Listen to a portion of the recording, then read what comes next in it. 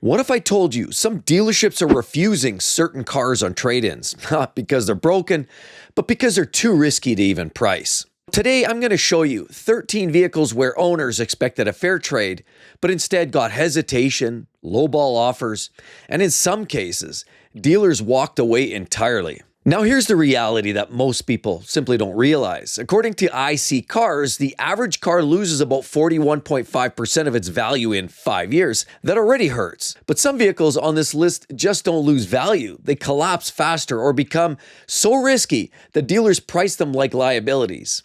And once you understand why, you'll never look at a trade-in values the same way again. And I need you to understand one thing before we get started.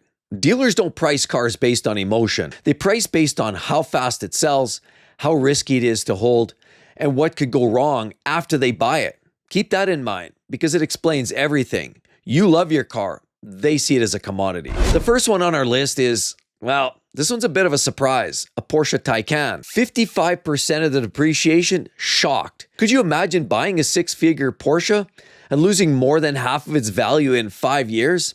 That's right. According to iccars.com, the Porsche Taycan loses 55% of its value in the first 5 years. Here's where it gets interesting. Owners online constantly mention expensive high-voltage diagnostics and software updates that change charging behavior, uncertainty around long-term EV battery replacement.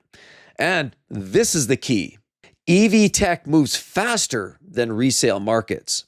So dealers aren't asking, is it fast? They're asking, how outdated is this version already? And that uncertainty destroys the trade-in value faster than the mileage ever could. But that's just luxury EV risk.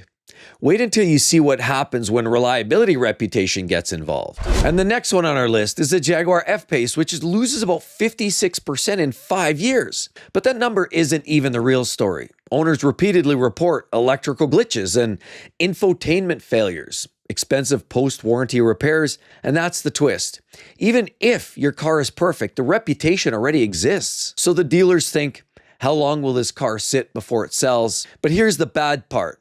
Jaguar, after rebranding, they can't sell a car. Nobody's buying them. Nobody wants them. Parts aren't available. Servicing might be gone bye-bye, and it just makes it a hard sell. What if I told you some cars don't lose value because of the problems? They lose value because buyers simply prefer something else. Yeah, sadly, that's the Jaguar expertise that we're seeing today. The third one on our list, the Infiniti QX60, which depreciates around 58% in 5 years. And this is where things get really weird because owners often say, it's comfortable, it's a smooth ride, and it's a nice SUV. I think they look great too.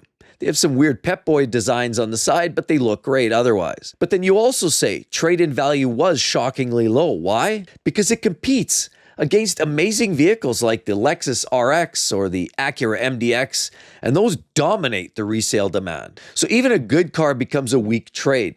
There's so many great other options out there, and competition destroys these vehicles. The number 4th on our list, the Jeep Wrangler 4xe. Park it outside, yeah, that could be a big issue, right? Could you imagine buying a brand new hybrid and being told not to charge it? And you have to park it outside? See, the NHTSA linked recalls affected 150,000 Jeep 4xe vehicles. Due to potential battery fire risk concerns, owners reported charging restrictions, recall confusion, and repeated software updates. That's brutal. Now imagine being a dealer. Would you willingly take that risk into inventory? Even low probability of risk equals instant price reduction. They don't want to take a chance. They sold them new and they sadly know through the service department what it actually means to take one in the used car lot.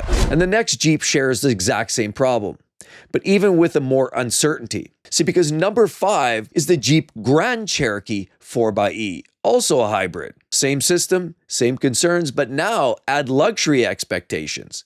Dealers worry about future recall waves, battery uncertainty, and slow resale. Because one battery risk enters the market narrative, it doesn't disappear quickly. I mean, we're hearing battery problems left, right, and center. Not to mention how many thousands of dollars it would take once that battery wears out. Now let's go into something that sounds maybe a little bit more boring perhaps, quietly loses half of its original value. Yeah, in 5 years, that's devastating. The Mitsubishi Outlander plug-in hybrid electric vehicle sees a 50% loss in 5 years. Owners often report EV range not matching expectations, hybrid system complexity, and a weaker resale demand than Toyota hybrids. But here's the real problem. Nobody's actively searching for it used.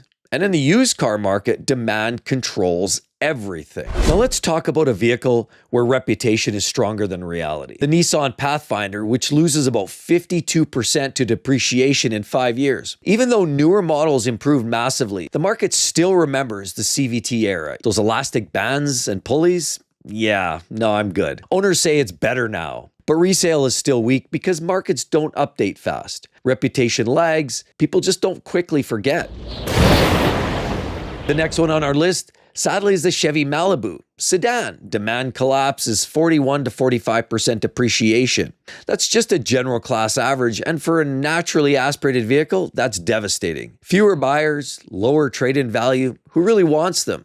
They're basically vanilla yogurt on wheels. The next one is the Buick Enclave, the mid 50% depreciation range. Again, expensive repairs, post-warranty issues, electronic challenges. Dealers are basically saying it's a reconditioning risk. You know, a lot of these do have the General Motors quality challenges. The next one, Chrysler 300, discontinued model. Dealers think shrinking buyer pool, slower sales, and we know that cars are going away. Everybody wants an SUV, so who wants one of those? The next one's the Dodge Charger. Strong demand, but insurance costs, theft risk, and the performance wear and tear assumptions. Back tires, brakes, they're just abused. Pricing, friction increases for these vehicles too because nobody's buying cars today. The next one is the Ram 1500 with a market correction after the pandemic strike means values normalize downward. Another hot spot is the Nissan Altima. Most common sedan issue is the CVT reputation. The fleet saturation and the Camry Accord competition means who wants these Nissans? Perception reduces trade-in value. CVTs are absolutely devastating and nobody really wants these vehicles. Here we go. So when you put all 13 together, you realize something very specific. Dealers don't fear the car. They fear slow sales, unknown repair costs, and buyer hesitation. That's why these two identical cars can get completely different trade offers. But here's the twist. Some of these bad trade-in cars become the best used car deals on the market because depreciation doesn't just create loss, it creates opportunity. That's exactly why I've purchased a lot of the used luxury cars in my life. I've never purchased them new. I've always bought them 3, 4, 5 years of age because of the 40, 50, 60, and 70% depreciation curve is absolutely devastating for the first owner. It's an absolute win for the second, third, and fourth owners of these cars. As long as they've been searched out well, they've gone through pre-purchase inspection, the quality's there, and there's good service history, you can't go wrong with some of these on the secondary market. With all of that said, everybody, be sure to check out those great videos if you want to be something that's a little bit more sure, something that's fun and durable, as well as something that's very reliable, probably some on the market, and they're going to hold their value like there's no tomorrow. Check out those videos. You're going to love them. Those cars are definitely worth buying today, new or used. Hope to see each and every one in the next one. We'll catch you all real soon, everybody. Talk to you then. Bye-bye.